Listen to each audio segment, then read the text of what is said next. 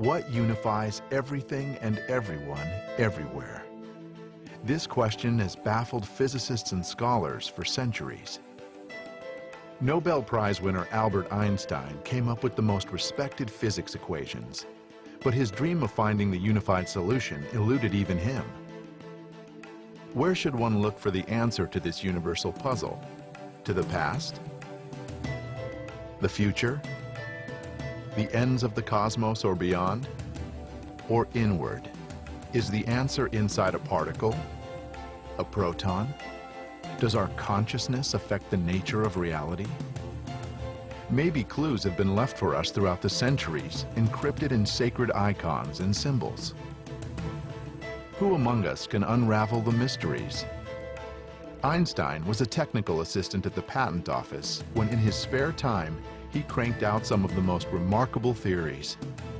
Theories that remain the crux of classical physics today.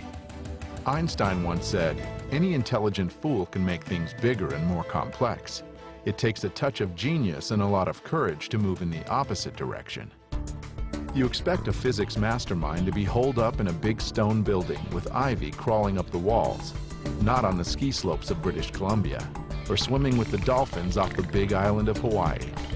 Scuba diving and exploring the Bimini Wall near the Bahamas, or scaling the rest of the physical world, literally and mathematically. Nassim Haramein was born in Geneva, Switzerland in 1962. Like many other savants, this imaginative child frustrated teachers to the point he was ostracized. Few around him knew of the equations, mathematical quandaries, and probabilities that consumed his mind. As a young adult, Haramein spent months living alone in a van in California, tackling these nagging concepts until he met believers who supported his efforts. This is our entrance to the laboratory. Haramein struggled for the next 25 years working alone and with world-renowned physicist Elizabeth Rauscher, testing and finally potentially solving Einstein's dream. This lifetime of decoding started in 1972 when a teacher sparked Haramein's faithful inner journey. This all kind of started when I was about 10 years old, and I got in my first geometry class. It was an exciting time because the teacher went to the blackboard and made a little dot and said, "Today we're going to learn about dimensions." When he said dimensions, I got all excited because I thought, oh, he's going to talk about all these worlds I live in my mind and all these other things I'm experiencing. I thought, wow, that's the first adult that's going to talk about that. And so I got really excited, and then I got really, really, really disappointed because after he put the little dot on the blackboard, he said, the dot is dimension 0 and it doesn't exist. And I thought, oh, I think I'm gonna fail this class because I could see a dot from all the way in the back of the class. So if I could see it, how is it that it didn't exist? Then he did something even more miraculous. He put a bunch of dots together to make a line, called it dimension 1, and said that didn't exist either because it still didn't have volume. Then he put 4 lines together, made a plane, called it dimension 2, said that's the dimension that our comic strip books live in, and he said that doesn't exist either because it still doesn't enclose volume, it's flat. The teacher then did something remarkable. He took 6 of these non-existing planes, put them together into a cube, and said, now the planes enclose volume. This is dimension 3, and that's the one you exist in. And I thought, wait, how's that possible? I don't care if you have 1,000,000 non-existing planes. If you put them together, you still don't have existence. This didn't work for me.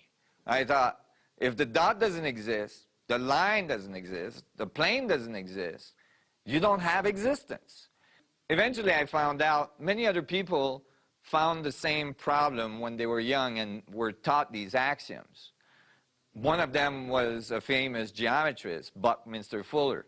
Well, Turns out that this fundamental axioms about geometry is some of what most of our math and physics is based on. Our physics and advanced physics, Einstein field equations, quantum theory, all this is based on flat space. And if these axioms, if this fundamental concept is not correct, then most likely what we're going to end up with when we run all these physics and all these mathematics to understand our world is going to be a little tweak. It's not going to be quite correct. So I didn't know all this at the time, at the age of 10, but certainly I wanted to understand it. I wanted to find a new solution. I had a long bus ride going home, and I thought, I got to figure this out. I was in the bus, and I was thinking, I'm not going to get out of the bus until I got this figured. I didn't know that many philosophers and scientists had grappled with this problem. I closed my eyes in the bus, and in my mind's eye, I visualized myself seeing the bus from above. And I rose further and further, and as I did, the bus started to look like a dot. And then eventually, I rose further, and the country I was in started to look like a dot. And I rose further, and I saw the Earth starting to look like a dot. And I rose further, and I saw the solar systems looking like a dot. And I rose further, and I saw the galaxy looking like a dot. And I thought, oh my God, it's dots all the way up. And then I flew back into the galaxy, flew back into the Earth, and found the bus I was in, and opened my eyes and looked at my hand, and I thought, wow, I wonder what's in my hand. And I closed my eyes again, and I flew into my hand, and I thought, wow, it's made out of millions of dots, cells. And then I flew onto the surface of one of those cells, and I looked around, and it was made out of millions of smaller dots that looked like stars in the sky. And I thought, whoa. And I flew into one of those dots and looked in the middle. Sure enough, there was another teeny-weeny dot in the middle of those atoms. And I thought, wow, it's dots all the way down. And a light went on. And I thought, oh, the way to solve the dimensional problem is to reverse the axiom completely and say the only thing that exists is the dot. Within the dot is infinite amount of division, infinite amount of information.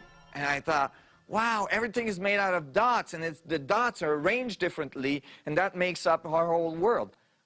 I opened my eyes, and I looked at all the people in the bus, and I thought, wow, they're all made out of dots, and I could kind of see the infinite dots of their existence. I got really excited. But then I started to realize through a few other experiences that, wait a minute, if it's infinite divisions, if it's infinite, how is it that we get finite structure? How is it that we get a finite boundary? How is it that we have finite systems with like infinities? Haramein didn't know it at the time, but he was grappling with one of the biggest chasms in current physics. Einstein's theory of general relativity covers the cosmic scales and the relationship between gravity, time, and space. It predicts continuum to an infinite point of singularity, or a black hole. Quantum theory covers the smallest units in the universe and predicts finite and linear boundaries.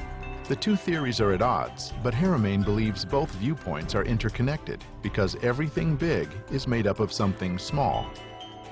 In general, we could define our society in two ways. We've got people that have a tendency to be very spiritual, and these people tend to think in terms of infinities, that infinite potential and all this stuff. And on the other hand, we have scientific people that tend to think in finite systems, closed systems that have very defined boundaries. And the two don't necessarily agree. And I think that at this point, this has to come together. And in a very simple way, I'm going to show you geometrically that infinities and finite systems are actually complementary. If we take the boundary of a circle and we define that as our finite space. Now that circle could be a sphere. And we divide that circle so that a triangle is formed in it. An equilateral triangle in this case. Now the universe is polarized. Everything in the universe seems to spin, so spin produces polarity, so we would have a reverse triangle at the same time. As soon as we do this, now we've created a new boundary condition at the next fractal level down, the next iteration down. Now notice that these new boundaries all are centered around a very specific center. That is, each of the boundary defines a very specific structure in space-time, a very specific coordinate in space-time. And so each of the boundary could be defined as a very specific set of information. Now I can continue to divide the space to produce new boundary conditions. Now I've got another iteration down and another set of information. Now I can continue to do this and create new boundaries again. And at this point, you can imagine that if I give this to my computer, it could zoom in, bring it back up, continue to divide the space, zoom in, bring it back up, continue to divide the space, and it could do this to infinity. However, I would never, ever, ever, ever exceed that first boundary I've produced for myself. So here, I've embedded infinite amount of divisions, infinite amount of information within the confine of a finite space. So in very simple terms here, I've shown to you that infinities and finite structures are complementary. That within the confine of what appears to be a finite space can be embedded infinite amount of information. And if this is true, this simple concept could change all of our concepts of physics, including our concepts of our relationship to the universe. So why is that true? Think of yourself as made out of cells that are made out of atoms. Now there's about 100 trillion cells in your body and billions of atoms per cell. And imagine that all these cells and all these atoms can be further divided into subatomic particles that can be divided into subatomic particles and so on towards infinity. That would mean that you actually, even in your physical body, have a function of infinity. That is, you have an infinite nature within the confine of what you call the physical world. So you don't need to even have a spiritual concept of your infinite nature. It's actually the way you're made, if this is true.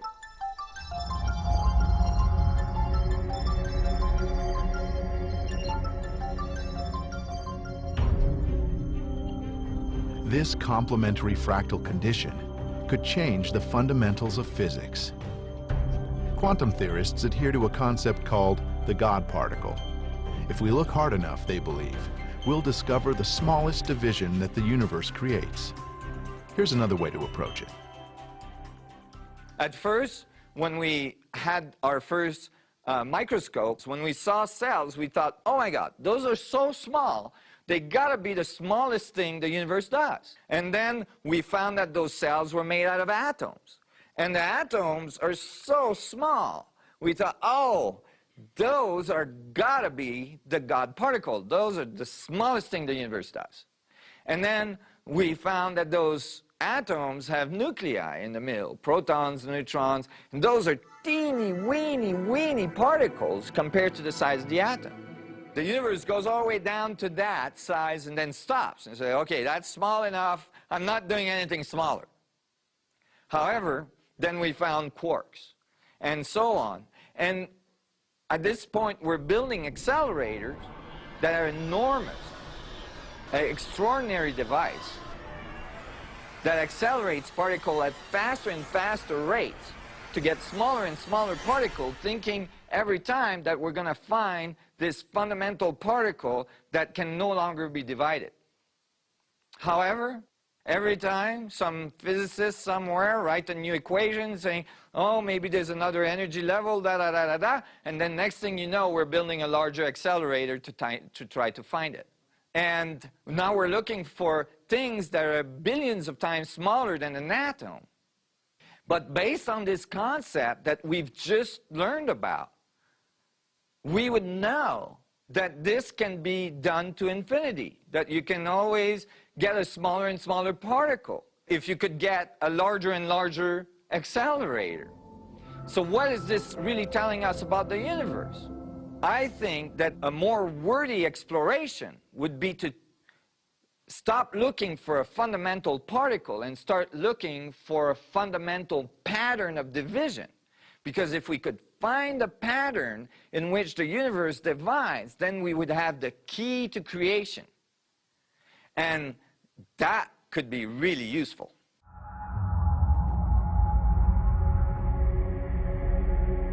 My first sponsors wanted me to spend a lot of time, interacting with other physicists to try to get some support from them and as well discuss ideas and see where my theory related to the mainstream and so on.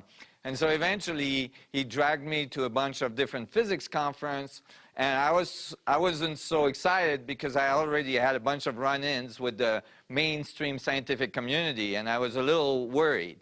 But eventually, I got into this private conference at Georgia Tech, and we were discussing very advanced physics, string theory. There was equations everywhere, and so on. And I was kind of irritating people a little bit because I kept on asking fundamental questions. The only book I had brought was this book, Gravitation.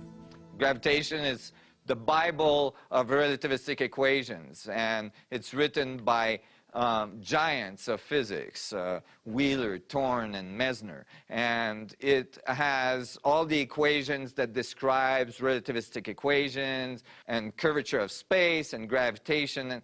And it's called Gravitation because it's pretty thick. So when you pick it up, you know everything you need to know about gravity. At one point I stopped the conference and I said, wait a minute, I got to understand something. I opened Gravitation to page 719 and I said, if I understand well, this is our current model of the universe. It looks like a balloon that's being inflated that has pennies glued to it.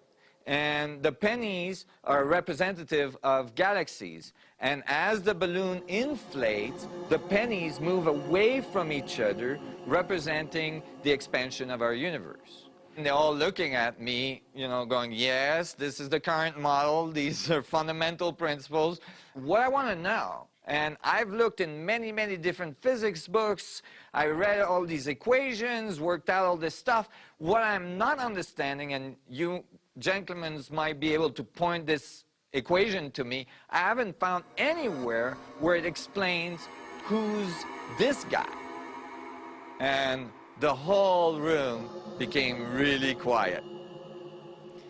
I will always remember one of the students was drinking coffee, and he kind of coughed a little bit when I said that.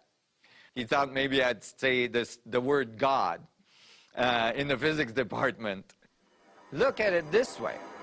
When the balloon expands, the lungs contract. So for every action, there's an equal and opposite reaction. Some of the first laws of physics. In our current model, the universe is expanding, but nothing is contracting to make it expand. So how is it that the balloon can expand if you're not compressing air into it? For me, it was a crucial moment. It had come from earlier experiences when I was young, where I realized that, there's an external world to my experience, but as well is an internal world to my experience. And I thought maybe the boundary conditions of the division of the universe are the result of the relationship between the outside world and the inside world. and that the two are like colliding waves, like standing waves that produce boundaries. I was thinking, if I was to point at something that connected all things, what would that be? If I could choose just one thing that connects everything, what would that be? Eventually, I came to conclude the only thing that's everywhere, that connects all things, is space. Space is everywhere. Between galaxies, between stars, between planets, between cells, between atoms, and even the atomic structure is made out of 99.99999% space. So the reality we live in is mostly space. Everything you see, all the material world that you think is so solid, is actually mostly space. What you're experiencing as your reality, what you call the material world, is actually 0.0000001% of what's there. Yet we spend most of our time paying attention to that part and forget to look at the space. For me, earlier on, it was crucial that maybe it's the space we should be looking at. Maybe we should pay attention to the 99.9999999%. Maybe objects don't define the space, but space defines the objects. Well, if that was true, and if the vacuum, if the space was connecting all things, since all things radiate in the space, and if the space is the source of all things, then that space could not be empty. What we call the vacuum, what we call so-called empty space, could not be empty. It had to be full. And it had to be infinitely full. Very, very dense in any case. Does current quantum field theory account for this density? Haramein turned again to the Book of Gravitation, where he was surprised to find supporting evidence. Quote, present-day quantum field theory gets rid by a renormalization process of an energy density in the vacuum that would formally be infinite if not removed by this renormalization. So, in current quantum field theory, it is necessary for the vacuum to have a very, very high density level in order for us to be able to run our equation and account for everything that's going on at the atomic level. That was a confirmation point for what I was already thinking about, that the vacuum is not empty, that space is actually a fluctuation that may be actually the source of our reality. But what is renormalization? Well, there's two kinds of infinities in physics. There's an infinitely small number. In general, a theory that comes up with an infinitely small number, the number can be discarded. It's not very important because it's a very, very small number. However, there's another thing that creeps up in physics, and when it does, it's called nasty infinities. And that is an infinitely large number. When an equation gives you an infinitely large number, you can't just say, I'm going to ignore that. So what is done usually, either than being said that the theory may be breaking down at that level, is that that number is renormalized. So usually what's used is a fundamental constant to cut the number. In this case, what was used was the Planck's distance. The Planck's distance is supposedly the smallest thing the universe does. You could think of it in really simple terms as the time or the distance it takes a photon to go across itself. It's the smallest wavelength the universe is supposed to be able to do. Do I think that the Planck's distance is the smallest thing the universe does? No. I think that the Planck's distance is a boundary condition that is a fundamental boundary in relationship to our experience. But I think that there's further definition, there's further structure below the Planck's distance. In any case, using the Planck's distance, which is 1.616 multiplied by 10 to the minus 33, extremely small, billions of times smaller than an atom, they renormalized the vacuum. What they did is they took a centimeter cube of space, and they said, how many of these Planck's distances can we fit in, can we squeeze in into a centimeter cube of space? And if we do that, we'll have a finite number for the density of the vacuum. Basically, how much fluctuation of Planck's distances is there in a centimeter cube of space? So they stacked little Planck's distances full into a centimeter cube of space. Each one have a very specific mass, 10 to the minus 5 grams, and they added all up to get a fundamental density. The result was still extremely large. The result is 10 to the 93 grams per centimeter cube. That is an enormous number. You might have noticed in your bank account, every time you add a zero, it makes a big change. Imagine that you have 50-some zeros and you keep adding. At 93 zeros, right, you've got the density of the vacuum. Well, to give you an idea of how dense is that, imagine that you took all of the stars we see in the universe. There's billions of galaxies, they have billions of stars in them. Some of the stars are even much larger than our sun. And we took them all and we squished them all into a centimeter cube of space with like this huge trash compactor or something. You still wouldn't have the energy density of the vacuum, because the universe is approximately 10 to the 55th gram. So 10 to the 55th gram squeezed into a centimeter cube of space is still some 39 orders of magnitude smaller than the structure of the vacuum, the density of the vacuum. So to think of empty space as empty is incorrect. Space is full. It's full of these fluctuations. It's full of this energy density that is actually, according to what I found, the source of all of reality.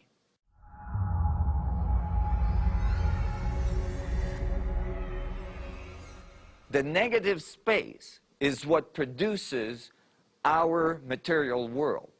Based on this, I started to think about it in terms of division of this vacuum density. I started to think of our reality not as object in the space, but as division of the space. I started to think maybe we could start to find patterns in the division of the space. Elizabeth Rauscher and I published a paper, and this paper described a scaling law. The scaling law is simple. On one side, we have energy density, and on the other, we have a radius. So the graph represents energy in terms of hertz in one direction and the radius in the other. And we started to plot all of the objects we see in the universe. We started with the universe itself. We ran the equations and we took the data that's available to approximate the radius of our universe. And then we approximated its energy levels, and we plotted the first data point. When you look at our universe, its size, and the amount of material in it, you find that actually our universe obeys the condition of a black hole. Our universe is too dense for light to actually escape it. If we were to shine a laser in our universe right now, it would get bent a little bit by our local star, our sun. And then it would eventually get to another star and get bent a little bit more.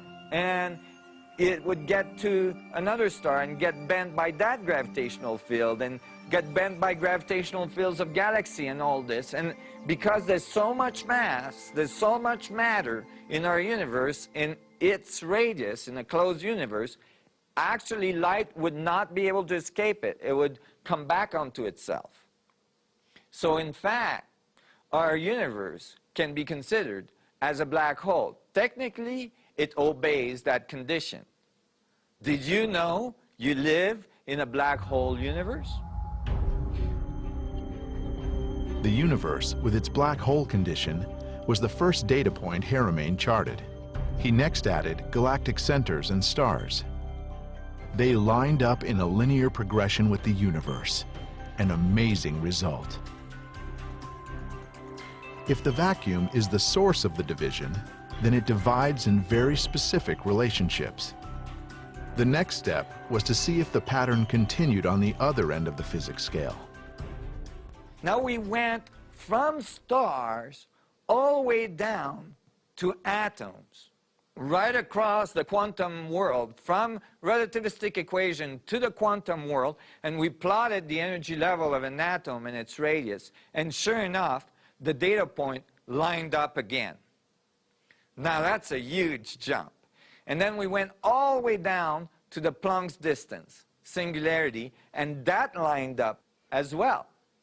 All the way from universe, which is immense, to a teeny point, billions and billions and billions of times smaller than an atom. And all this, all the data points in between, lining up so very closely to a perfect linear progression. Remarkable.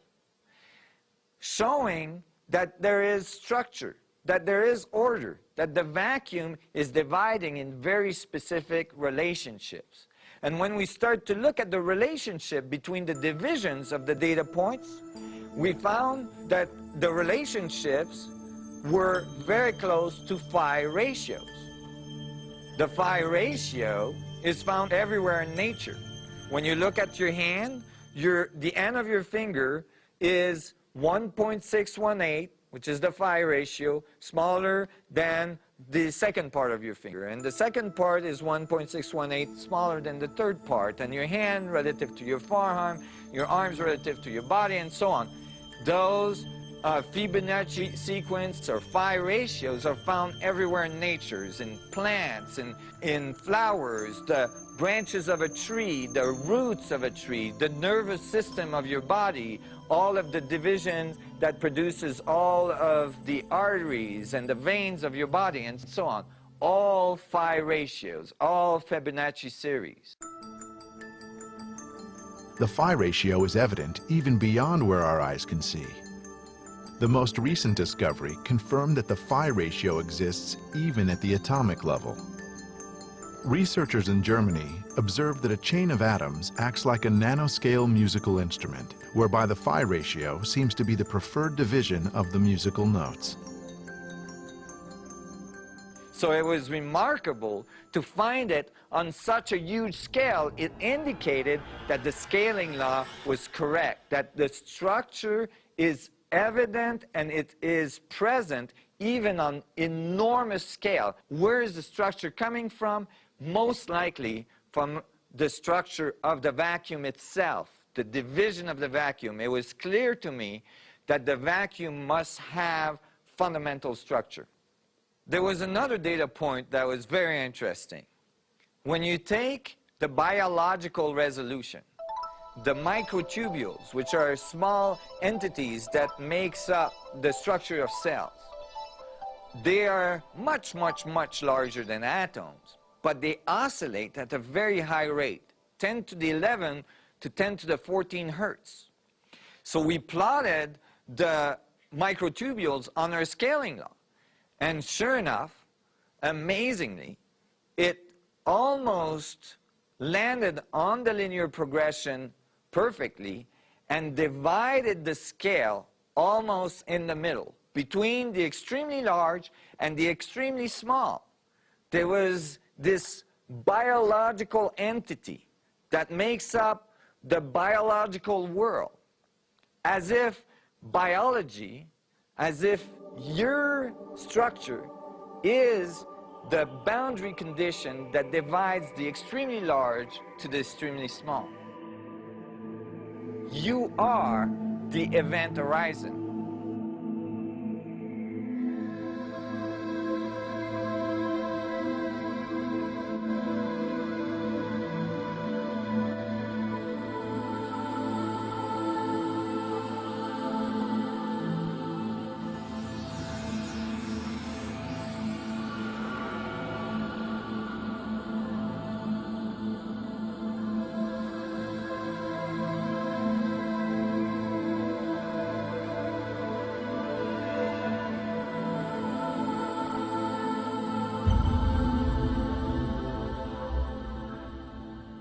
It started to make sense that all this organization would include the biological structure.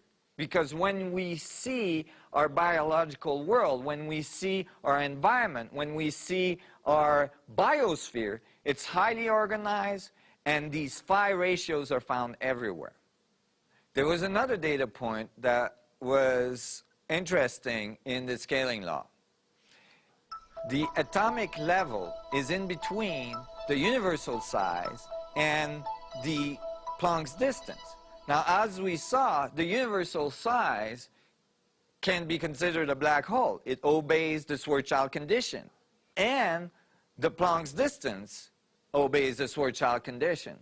So having the atom right there on that linear progression started to indicate that the atom may be a black hole itself.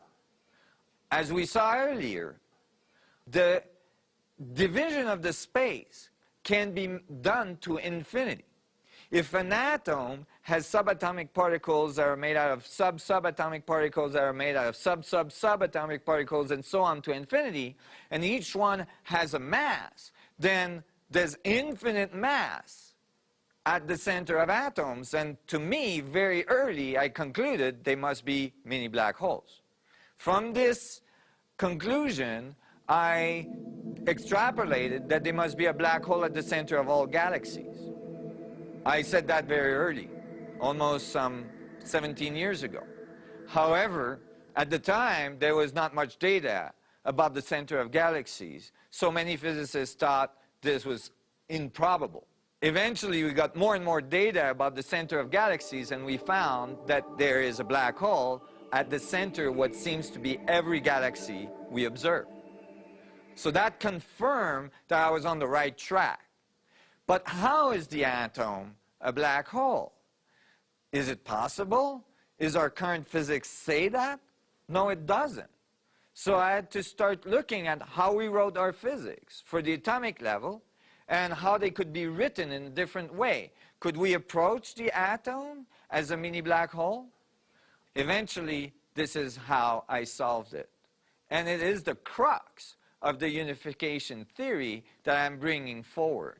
Because if we can describe the atom as a mini black hole, then we can describe the atomic world with Einstein field equations. So I looked at the atom in detail. What I did is I said, wait a minute. We have a density of the vacuum of 10 to the 93 grams per centimeter cube. Is that considered when we look at the atom? No, because in current physics, although that number is used all the time in quantum theory to make our equations work, it is assumed that the vacuum density does not have any physical meaning. We know for a fact now from experiments that actually the vacuum density can be measured in laboratory and has mechanical effects. So if it has mechanical effects, it obviously has meaning in our material world. I wondered how much of vacuum would be present inside the nuclei of an atom.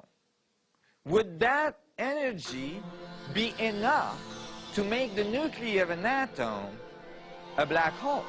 So I looked at the proton, which is at the nuclei, and I started to extrapolate how much vacuum would the proton volume still contain, knowing that there's 10 to the 93 grams per centimeter cube in a centimeter cube of space. How much of that vacuum would still be present in the volume of a proton? I calculated the volume of a proton and found that there is still 10 to the 55th grams in a proton volume. 10 to the 55th grams of vacuum energy is still present in a proton volume. Where did we see that number? 10 to the 55th gram is the mass of the universe. There is the mass of the universe present in vacuum fluctuation, in vacuum density, in the volume of a proton, which is a very, very small entity. This confirms something fundamental to me. It confirmed that the vacuum is truly the thing that connects all things. It showed that everything is entangled and everything is one, and it showed it mathematically. It's one thing to say everything's one, which is some things you find people saying in spiritual worlds. However, this actually proves it.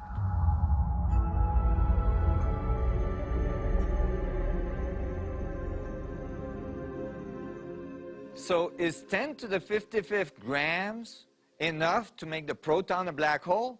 Oh, absolutely. Since 10 to the 55th grams is enough to make the whole universe a black hole, when that's present in a small volume of a proton, it's more than enough. I calculated how much of that is actually necessary to make the proton a black hole. And I found that it's only necessary for 10 to the minus 39%, a very small number, teeny, teeny number, a decimal with 39 zeros, right, to make the proton a black hole. A very small amount of the vacuum can become coherent and be converted to mass to make the proton a black hole. It was very amazing because when we did this, at the same time, we calculated many things for such a black hole proton. And it turns out that it gives us all the correct answers to describe the atomic level.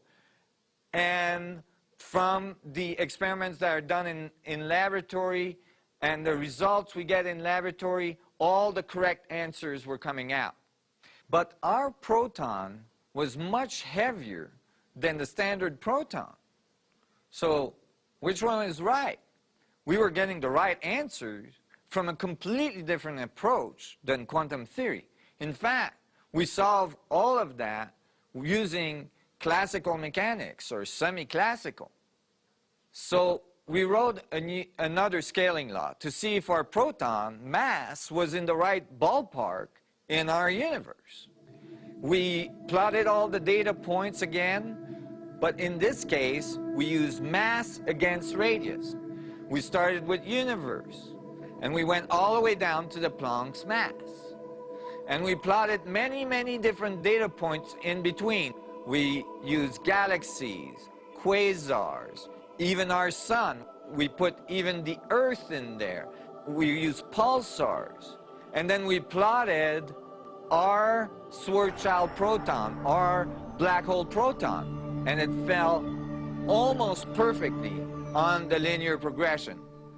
Amazing, remarkable. However, the standard proton with a mass of 10 to the minus 24 didn't even come close, completely off in left field. That confirmed to us that our black hole proton was actually much more aligned with the fundamental principles of our universe. Our proton mass produced a large gravitational field. And when we looked at the gravitational field, we found that it was actually exactly the amount of attraction that we needed between protons to overcome the Coulomb force. The Coulomb force is the force that pushes protons apart. It's an electrostatic charge, just like two magnets that are approached together tend to want to repel if they're the same polarity. Well, the protons are squished with the same polarity into a very small nuclei, and the Coulomb force would be very, very strong. Well, when we calculated for two little black hole proton, we found that the gravitational force was exactly what it needed to be to squish those protons together against the Coulomb repulsion. And this way, we could eliminate one of the fundamental force of quantum theory, called the strong force. And by doing so, we united the quantum world with relativistic equation, with the equations that describes black holes, galaxies, planets, stars, and now the atomic level.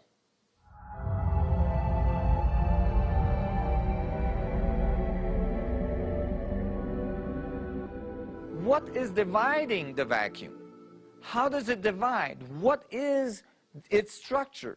How does it become coherent? Is there a fundamental geometry that defines it all? While searching for this fundamental structure of the vacuum in physics and mathematical equations, Haramein discovered geometrical knowledge in other curious places. Ancient text and traditions. Unknown to him at the time, many famous physicists found supporting data from historical manuscripts, including the founder of modern physical science, Isaac Newton. And German astronomer Johannes Kepler used geometrical concepts often found in ancient knowledge to elaborate the mechanics of our solar system. I looked at various traditions around the world, the Mayan, the Incas, the Egyptian, and I found that many of them, including the Chinese, the Japanese, and so on, had made very geometric structures all around the world. One of them is Teotihuacan, amazing complex north of Mexico City that included the Sun Pyramid, the Moon Pyramid, the Way of the Dead, and many complex structures all around it. I found that a survey had been done by an American engineer called Hugh Holliston Jr. He had spent 20 years mapping out the relationship of all these buildings to each other. And as he did, he found that there was some fundamental mathematical constant that were involved.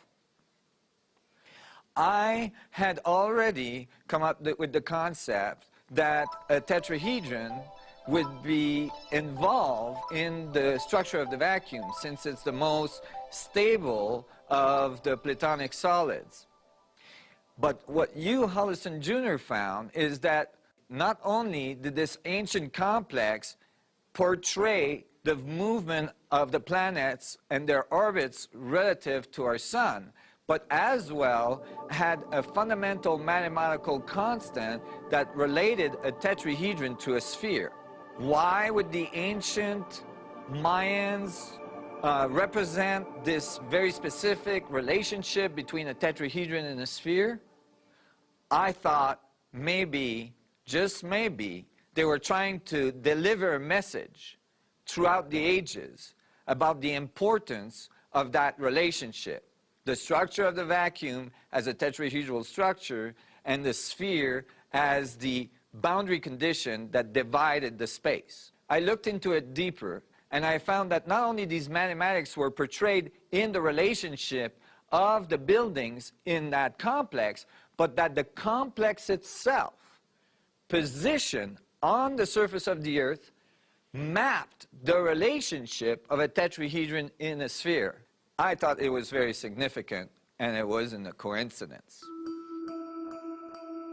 Energy events across the solar system frequently happen along or near the 19.47 meridian, which is the base of the inverted tetrahedron in the Earth's sphere. The pyramid system at Teotihuacan in Mexico lies on this meridian, as does one of the most active volcanoes on Earth. Kilauea in Hawaii has been erupting continuously for the last 19 years and shows no sign of stopping. The largest volcano in our solar system is located on Mars, and it too is located in this vicinity. The well-documented red spot on Jupiter, a large vortex-like storm larger than the Earth, is also stabilized near this critical 19.47 latitude. As I studied more geometry, I came across Buckminster Fuller, that had done much work in describing complex geometry relative to our reality. And Buckminster Fuller came to conclude that the fundamental blueprint of the universe was what he called an isotropic vector metric, or a four-frequency isotropic vector metric. There is 20 tetrahedron in the four-frequency isotropic vector metric. 10 on the bottom, 6 in the middle, 3 on the third floor, and 1 on top. And it makes a larger tetrahedron when it's put together. What I was interested in was the negative space. I wanted to know what's in between the tetrahedrons. When you put tetrahedrons edge to edge or edge bounded, you get octahedrons in between. Octahedrons are pyramids base to base. Emphasis on the word pyramid. When I looked at the negative space, I found that there was another set of tetrahedron that was like the negative space. And those tetrahedrons in the middle were reversed and rotated 180 degrees. I didn't know what they were doing there. It was like there was asymmetry in the isotropic vector metric. With the word isotropic, you would expect no asymmetry. I was looking for perfect equilibrium, so this was not satisfactory to me. I had to figure out what these other tetrahedrons were doing there. I realized that one isotropic vector metric could not be alone. It had to be polarized. And so I stacked two on top of each other. However, now I had another problem. The two on top of each other didn't make a sphere, it made an egg. And the concept I had developed was that the tetrahedrons produce the sphere that divides the boundary from infinitely large to infinitely small. So I didn't know what to do. It was like an egg and a chicken problem. I thought about it for weeks, eventually realizing that I had to push one into the other. I didn't want to distort the geometry of the tetrahedron, but when I actually got the two so that they would produce a perfect sphere, I realized what these other negative space were for. In fact, the one metric was awaiting its better half. It was not actually complete until the reverse metric was inserted into it. And when it was, all of a sudden, these other spaces were there to accept the reverse tetrahedron. Like one tetrahedron male metric was waiting for its counterpart. It was remarkable. It was the polarities coming together to produce the perfect sphere. And I looked at what geometry was produced in the middle. No tetrahedrons were distorted, and the resulting geometry in the middle is a cube octahedron. Why is a cube octahedron important? Because Buckminster Fuller coined it the vector equilibrium. It's the only geometry in perfect equilibrium in all vectorial possibility. And that was exactly what I was looking for. The polarities coming together to produce singularity, to produce perfect equilibrium at its center. I thought, this must be the geometry of the vacuum.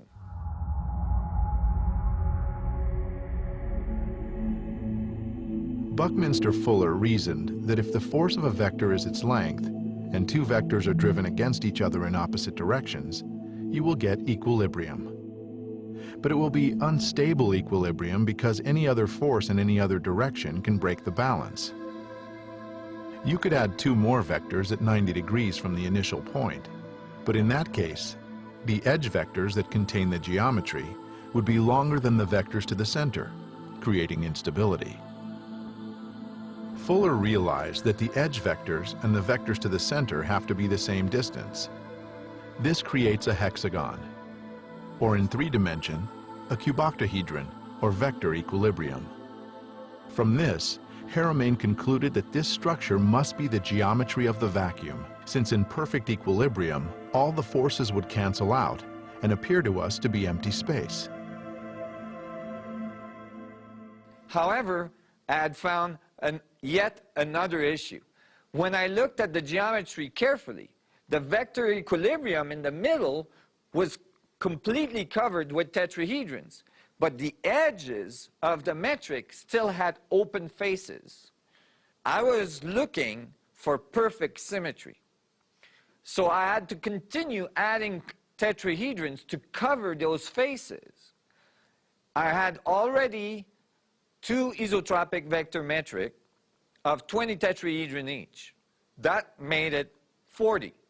I had to add another 24 tetrahedron to cover all of the faces that were open faces on the edge of the metric.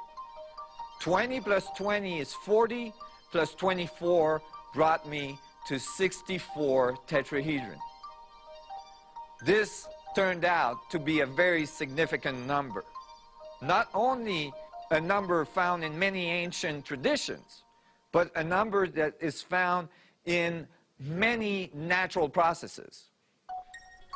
The 64 tetrahedron grid kind of bloomed in to a whole new understanding of the structure of the vacuum. It was exactly what I needed. It had an equilibrium at the center that was actually surrounded by another equilibrium. And you could visualize this structure growing in perfect fractal octaves from infinitely big to infinitely small. I had not only my polarities producing the equilibrium and singularity, but as it did, it produced fractal structures that could be scaled from infinitely big to infinitely small. I felt I had found something very profound. It was a true 3-dimensional fractal structure, and it grew in perfect octaves. I could see that this metric could actually be built in a completely different way as well. It could be built out of 8 star tetrahedron, each made out of 8 tetrahedron each. The 8 star tetrahedron coming together produce the 64 tetrahedron grid. 8 star tetrahedron are built by 8 tetrahedron, have their tetrahedron pointing out, radiating out. And when they come together, they produce the vector equilibrium in the middle, which is 8 tetrahedron pointing in. So I had now both of the side of the event horizon that produced the boundary condition. The radiative side and the contractive side of the event horizon. I thought, this is it. I found it. And I got very, very excited. I thought, this has all of the elements necessary for me to be able to map out and describe the structure of the vacuum. The key to the knowledge necessary to understand creation. Now, with the structure of the vacuum realized, the next step was resolving how it moves. This required updating the theories that preceded Haramein. When Einstein wrote general relativity, he described the structure of space-time as curving to produce a gravitational field. This was a change from Newton, who believed gravity was a force generated by the object itself. Imagine a trampoline with a mass on it, like a big ball, and the trampoline is curved by that big ball. That trampoline surface has elasticity. And then imagine that another ball is put on the trampoline. that other ball would appear to be attracted to that first one due to the curvature of the surface of the trampoline. When Einstein wrote these equations, he didn't solve them. He just wrote the concept. He wrote the equation necessary to describe the concept. But the complexity of finding a solution was beyond what he wanted to do at the time. So he published general relativity, and by an amazing set of circumstances, a gentleman called Karl Schwarzschild, a German physicist, found Einstein's paper. And he saw these equations and he thought, hey, I can solve this. And Karl Schwarzschild went on to finding the first solution to Einstein field equations. And that solution remains to this day as the Schwarzschild solution. Unfortunately, months after Karl Schwarzschild solved Einstein's field equations, he died of an autoimmune disease, leaving this solution without any mention about the spin of the black hole. Spin and charge were introduced in the 1960s in what is commonly known as the Kerr-Newman solution. However, this theory did not account for the gyroscopic effect that Haramein knew needed to be accounted for. I had realized that there's something strange about the way our physics has been addressing spin. We might have missed something in the way we were describing spin in our current physics. This led again to another paper written with Dr. Elizabeth Rauscher. This paper was entitled The Origin of Spin. It described a new way to define the structure of space-time. If the gyroscopic effects are added, that means that the trampoline is not curving smoothly, but it is spinning as it curves. That space-time has a fundamental spin. Just like water going down the drain doesn't go down the drain straight, it spins as it goes down the drain. And that produces a fundamental torque. So torque and Coriolis effect had to be put back into Einstein field equations. Dr. Rauscher and I worked diligently for over 1.5 years to make that happen. It gave a different picture of the structure of a black hole. Instead of a spherical smooth surface, Coriolis effect were involved, and the surface was not a perfect sphere, but a torus. A torus is like a donut. It has a hole in the middle. And the result then was a dual torus structure. Because of Coriolis effect, one donut would be going in one direction and another donut would be going in the opposite direction. For every spin, there's a counterspin. Just like the weather patterns that we find on our planet, where hurricanes spin in one direction on the north hemisphere and spin in the other direction in the south hemisphere, and they meet at the equator, but go back to the poles and meet at the equator again. This animation shows the movement of a particle over the metrical space of the structure of space-time imbued with torque and Coriolis effect. All of a sudden, you can see that the information can move to the poles in towards the singularity and back out at the equator and back into the pole, and thus you get this feedback structure that could be found at the atomic level. For instance, this could be an electron and a positron, or at the stellar level where we see the plasma dynamics around the sun that produces the same dual torus dynamic, or at the galactic level.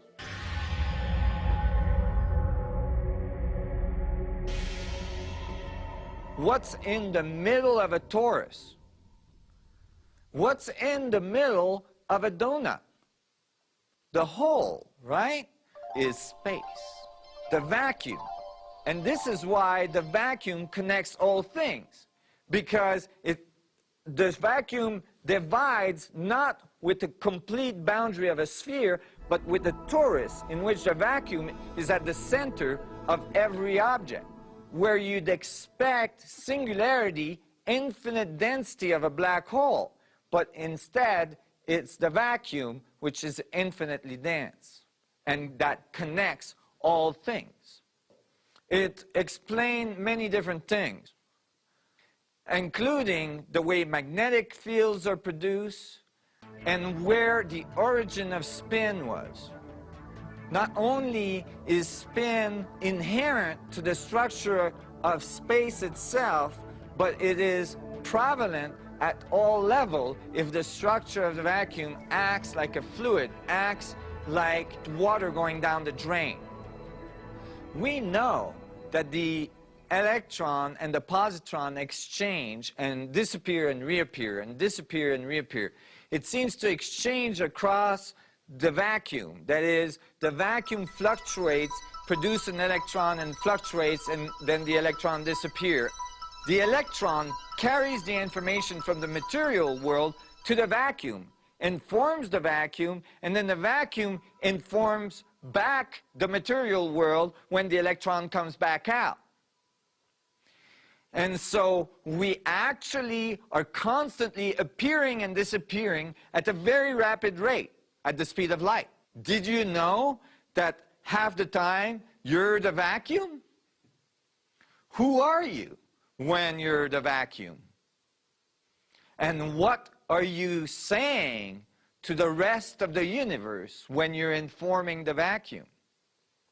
From this model of the double torus, we started to have an understanding of why consciousness emerges.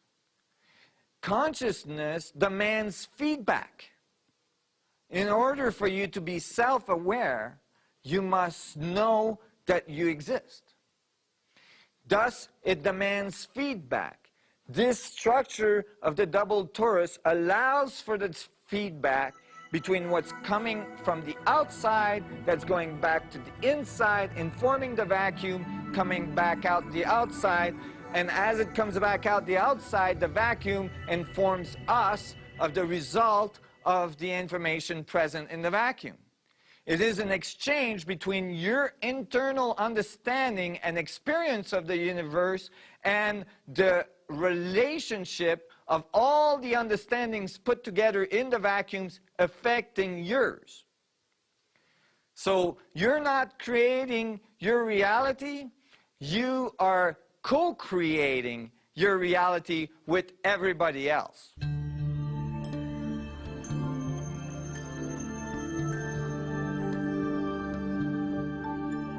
But how does the double torus geometry relate to the tetrahedral structure of the vacuum? For Haramein, it all came together when he visualized two isotropic vectrometrics surrounded by a toroidal field. Each represents a polarity of the Coriolis effect. As the two come together to form the vector equilibrium, the double torus structure is generated.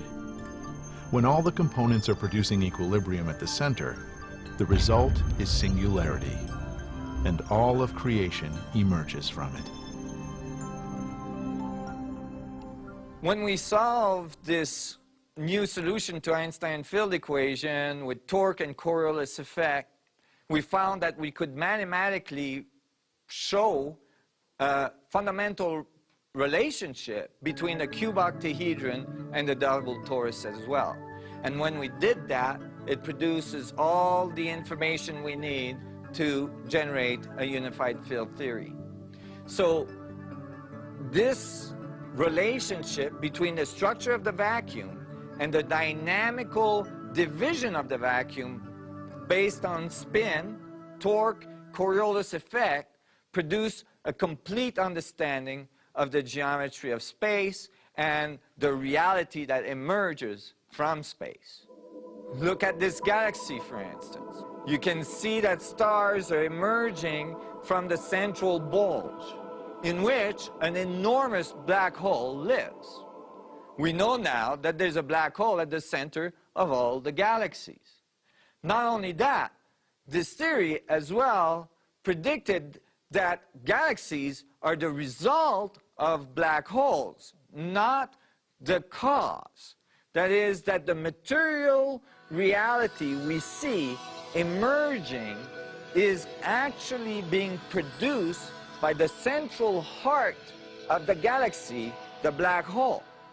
Particles are being created in a continuous creation process, not just one Big Bang, but continuous creation at all levels of singularities along the scaling of our universe.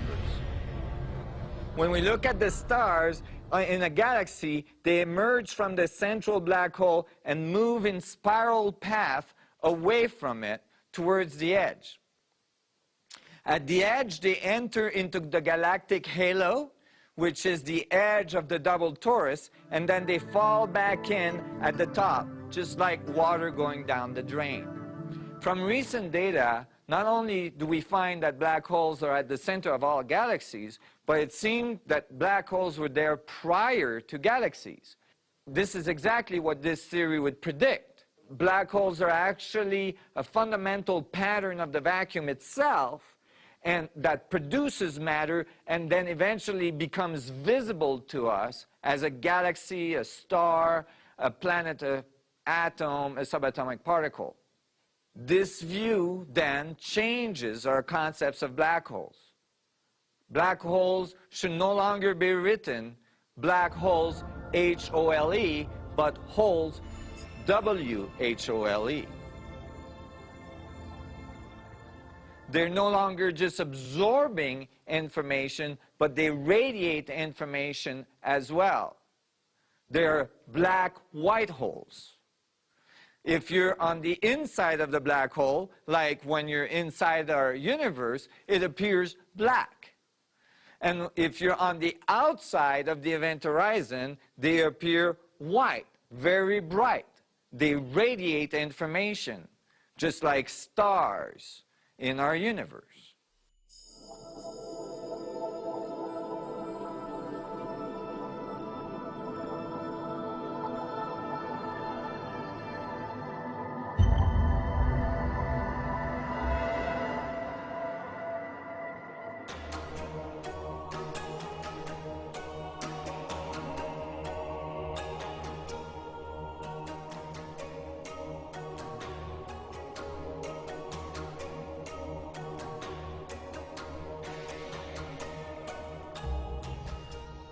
All this relates nicely to many concepts that are found in ancient civilization.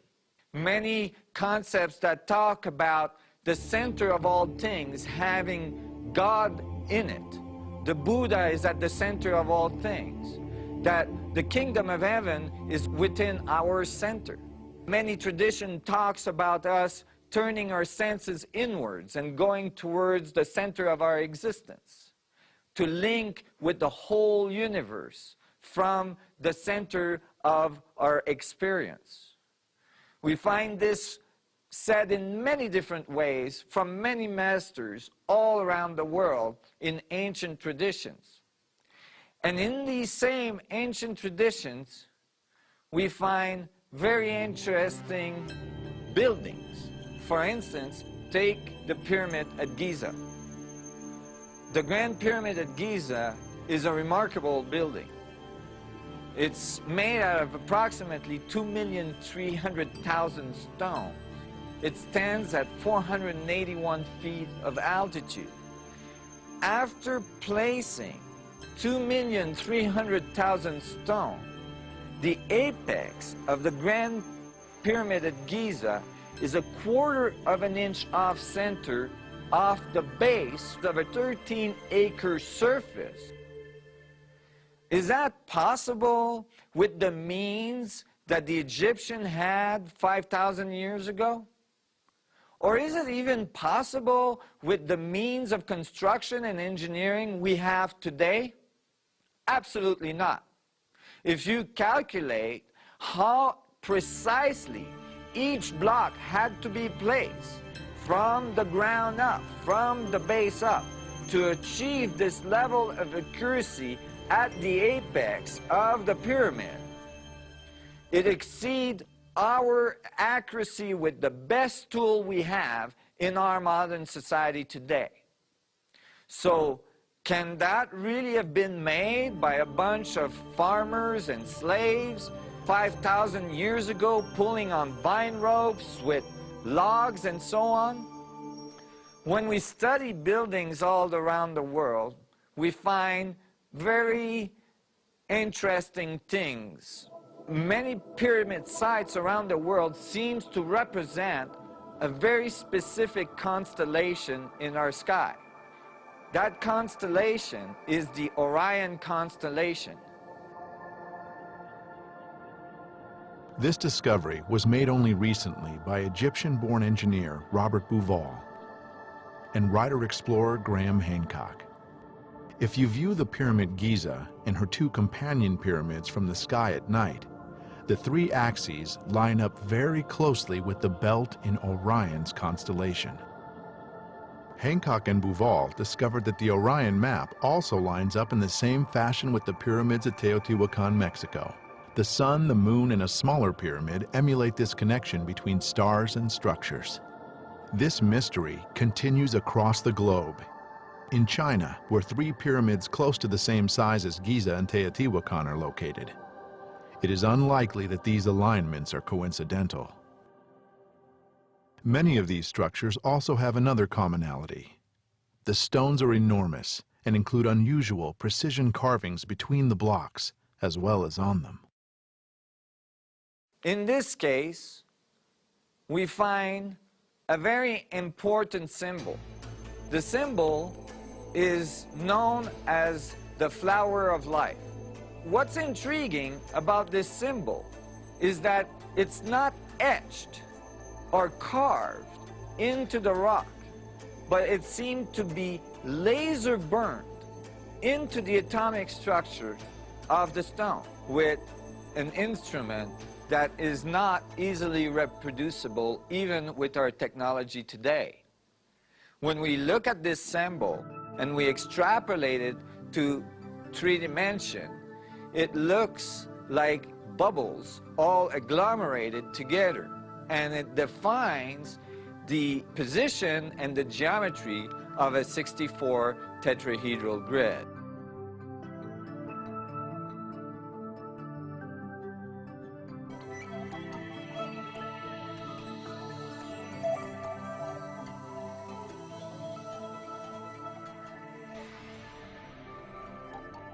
Were they trying to tell us something significant about the structure of space in such a way that it could not be erased throughout ages of erosion?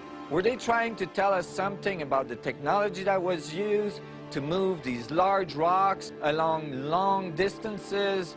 Well, when we look in ancient Egypt, nowhere do we find an hieroglyphs or a series of hieroglyphs or text that tells us how they built the pyramid, how they moved the stone, how they got the accuracy necessary to do such a job.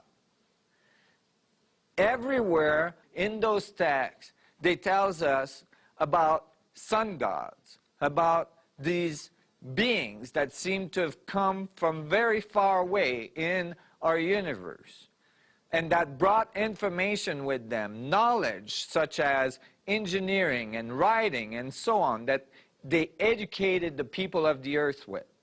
Very advanced people. Maybe advanced people that were interacting with humans in prehistory, in time prior to our written history. This type of knowledge is found across many different countries, across many cultures. For instance, in China, where pyramids are found. China has symbols associated with their knowledge base, famous symbols. For instance, the yin and yang. The yin-yang symbol is very similar to the double torus structure viewed from above. Associated with this symbol is a set of mathematics, a set of symbols called the I Ching. The I Ching is made of 64 symbols. And each symbol is made of 6 sticks. 6 full sticks or 6 broken sticks. 6 sticks put together in 3 space can only produce a tetrahedron. And when a star tetrahedron is generated, you will be required to break the sticks of the reverse tetrahedron to put it through the other. So by following the I Ching, we can actually rebuild the whole 64 tetrahedron grid. And that, associated with the yin and yang, produces the double torus and the structure of the vacuum. All the information necessary to describe this profound understanding of creation and the structure of the vacuum producing it.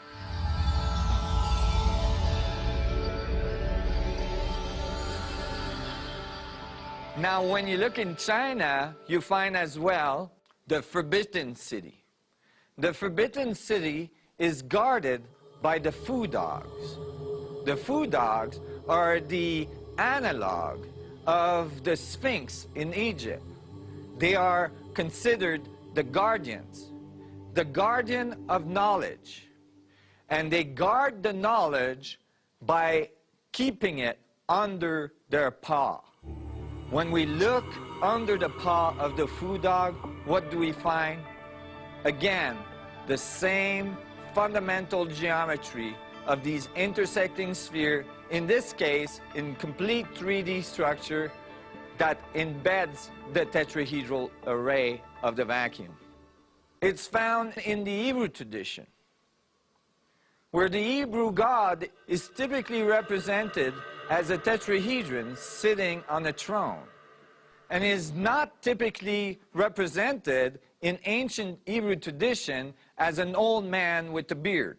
When we look deeper into the Hebrew tradition and the Old Testament, it seems that it refers to a very specific object that had all sorts of properties as the power of God, the Ark of the Covenant of God. It is described as a very powerful object. Maybe some of these advanced technologies that were given to us by the sun gods remained in our culture. The Ark of the Covenant was described as this very bright object, this object that had a lot of radiation coming out of it. And it is typically represented as producing a large vortex or cloud above it. It's described in rabbinic tradition as an object that could lift itself and that could lift its carriers with it. Those would be evidence of gravitational effects. When we look at the word God in the Old Testament, actually, we find that it's a translation of a Greek word called the tetragrammaton. The tetragrammaton is typically represented as a triangle with the letters of God in it in the Kabbalistic traditions. Tetra can stand for tetrahedron. It as well is the Greek word for 4. Grammaton, however, has always been interpreted as grammar for the 4 letters of God, Yahweh. The root word of the word grammaton can be as well grams or gravity and refers to the weight of an object.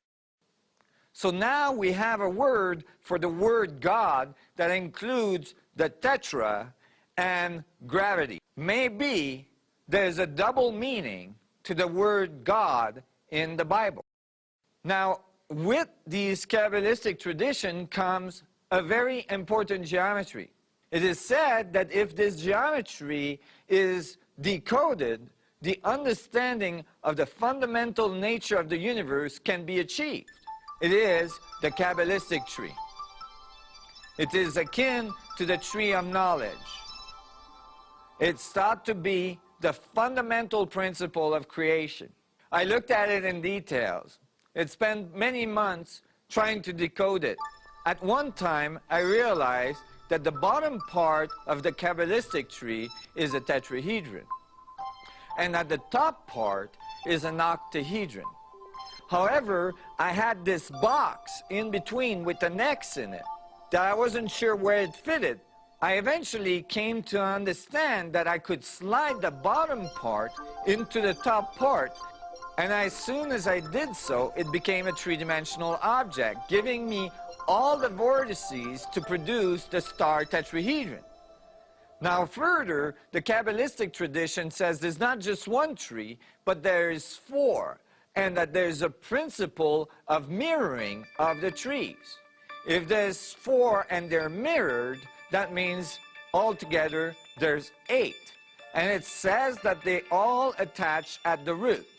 If I attach 8 Kabbalistic tree together and decode them in each one into star tetrahedrons, then I have a 64 tetrahedron grid, and the Kabbalistic tree has been decoded.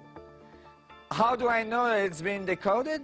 Because I can actually take the two-dimensional image of the Kabbalistic tree and plaster it back onto the 64 tetrahedron grid.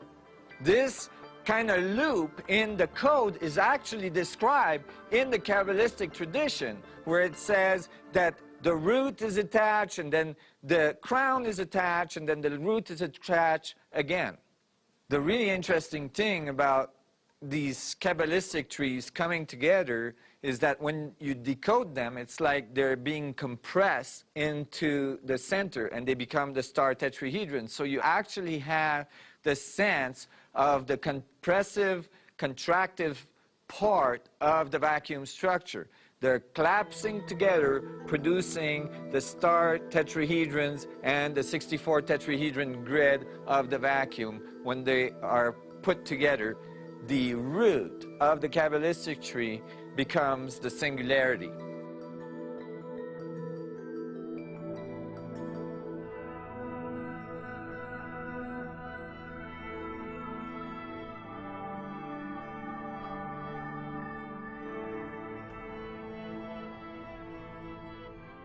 The Mayans, the Egyptians, Chinese, Hebrew, and many others.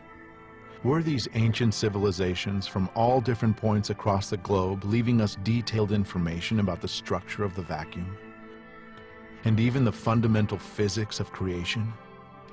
According to Haramein, the structure of the vacuum and the fluctuations of energy in it are at the foundation of all our reality, and even the consciousness that animates it. We are in a relationship with the universe at all times, exchanging information on all scales. Has the time come when we can finally wake and acknowledge this powerful connection and even harmonize with it? I think we are standing at the brinks of this transition. One of the biggest transitions a society can ever go through.